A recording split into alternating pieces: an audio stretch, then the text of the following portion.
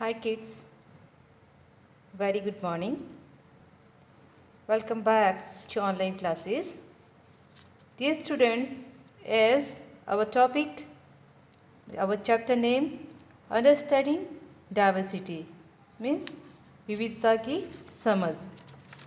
Yesterday, I taught you about Kerala.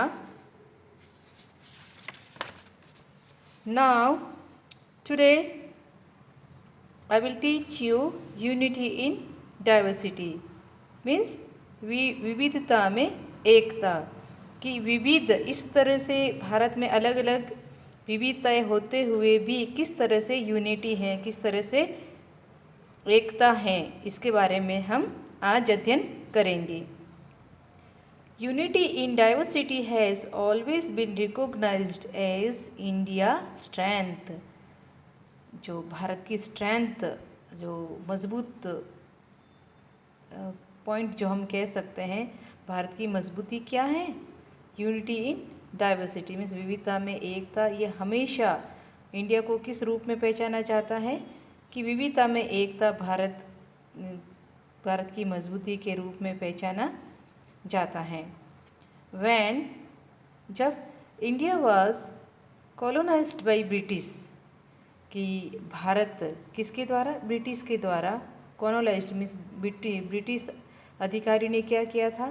Bharat को अपना उपनिवेश बना लिया था.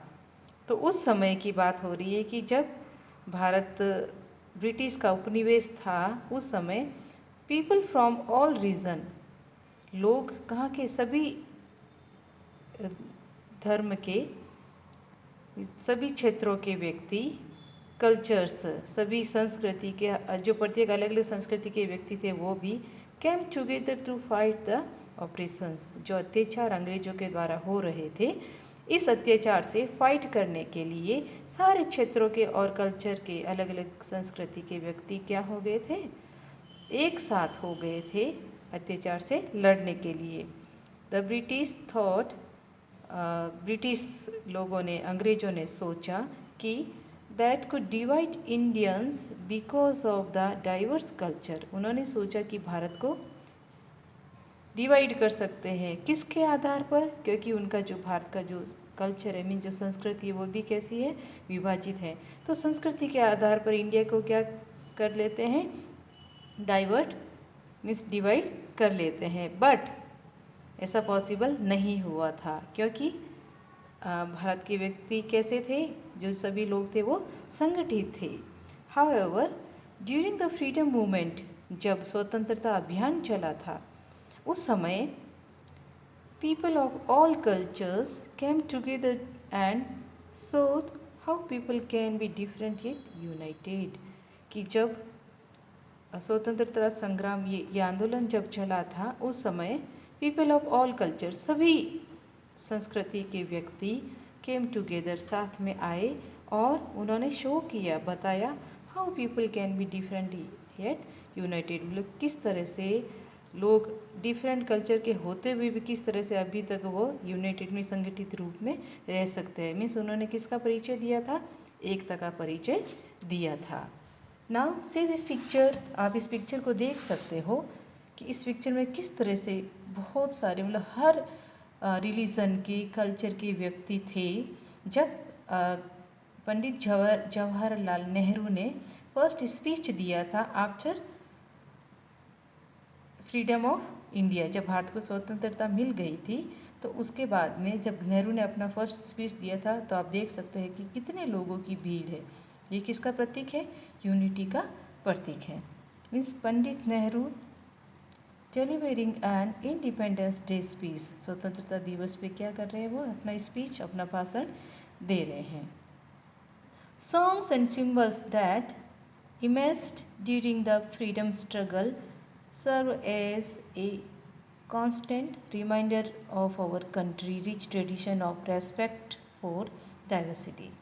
सॉन्ग्स, गाने, जब भारत की स्वतंत्रता दिलाने के लिए अलग अलग तरह के गाने भी लिखे गए थे. एंड सिम्बल्स, और प्रतीक, और वो प्रकट करते हैं क्या, ड्यूरिंग द फ्रीडम स्ट्रगल, जब स्वतंत्रता के लिए संघर्ष चल रहा था उस समय अलग अलग गाने बनाए गए थे और अलग अलग सिंबल्स भी थे, तो वो सब प्रकट कर रहे थे, serve as a constant reminder of our country rich tradition of respect for diversity. वो लगातार ये गाने और ये सिंबल्स प्रतीक सारे याद दिला रहे थे हमारे भारत का रिच अमीर ट्रेडिशन, जो परंपराएं हैं, जो पुरानी परंपराएं, उनको रेस्पेक्ट फॉर डाइवर्सिटी मीन्स उसका किस तरह से विविधता होते हुए भी किस तरह से उनका सम्मान करें। तो ये सारे सॉन्ग सिंबल्स लगातार रिमाइंडर दिला रहे थे इंडियंस पीपल को, भारतीय लोगों को, और वो भी किस समय, फ्रीडम स्ट्रगल, जब स्वतंत्रता के लिए संघर्ष चल रहा था उस समय। It was used as a symbol of protest against the British by people everywhere. और वो सिंबल इट वॉज, यह यूज था एज ए सिंबल, सिंबल के प्रतीक के रूप में, और प्रोटेस्ट अगेंस्ट किसके विरोध में, ब्रिटिश के विरोध में, बाई पीपल एवरीवेयर। और वो जो सिंबल जो सिंबल बनाए थे उन्होंने अंग्रेज़ों के विरोध में, तो एक सिंबल पूरे इंडिया में उस सारे सिंबल को यूज़ किया जा रहा था अंग्रेज़ों के विरोध में। तो ये हम समझ सकते हैं इस सेंटेंस से कि किस तरह से यूनिटी का परिचय दिया था कि एक जगह अगर वो सिंबल है तो वो सारे इंडिया में उस सिंबल का मीन्स सिमिलर लोगों तक, उसकी जो मीन्स था उस सिंबल का वो सब लोगों तक सिमिलर पहुंच रहा था। इन हिज बुक, अब किसकी बुक, पंडित जवाहरलाल नेहरू ने अपनी एक बुक, अपनी एक किताब लिखी थी, द डिस्कवरी ऑफ इंडिया। उसका नाम था the discovery of India means Bharat की खोज। जवाहरलाल नेहरू सीज, अब उसमें जवाहरलाल नेहरू ने क्या कहा था, that Indian unity has not been imposed from outside, but क्या कहा था कि भारत की जो एकता है वो has not been imposed means ये किसी बाहरी के द्वारा आरोपित की हुई नहीं है, ऐसे नहीं कि एकता थोपी गई हो, ऐसा नहीं है, but rather it was something deeper and with in its fault.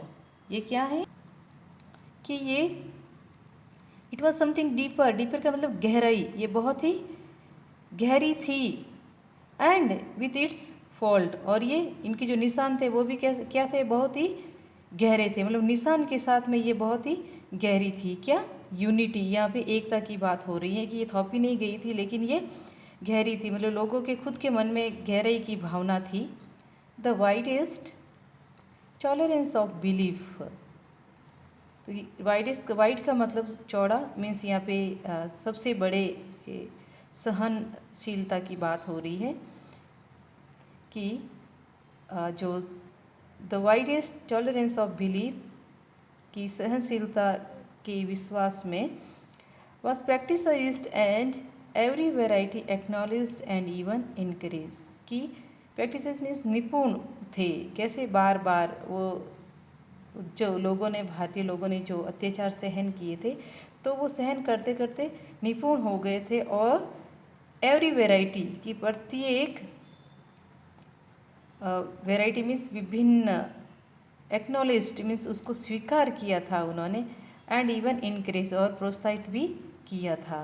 Mean जो जो उनके ऊपर जो अत्याचार हुए थे, जो जो चेंजेस हुए थे, जो भी उनके इंडियंस लोगों के साथ हुआ था, तो उन लोगों ने उस चीज़ को स्वीकार किया था, सहन करते करते, मतलब वो खुद ऐसे इस चीज़ को मान गए थे कि जब तक हम एक नहीं रह सकते तब तक हमें फ्रीडम नहीं मिल सकती है।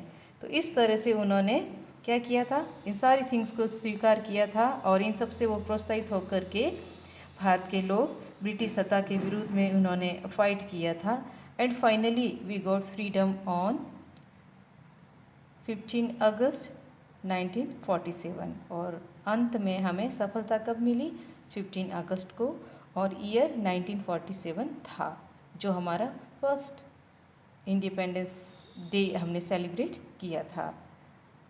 Dear students, now we completed this chapter. So that question and their answers I will give you for exercise. I request you kindly complete your work on time and submit to us. Thank you students. Have a nice day.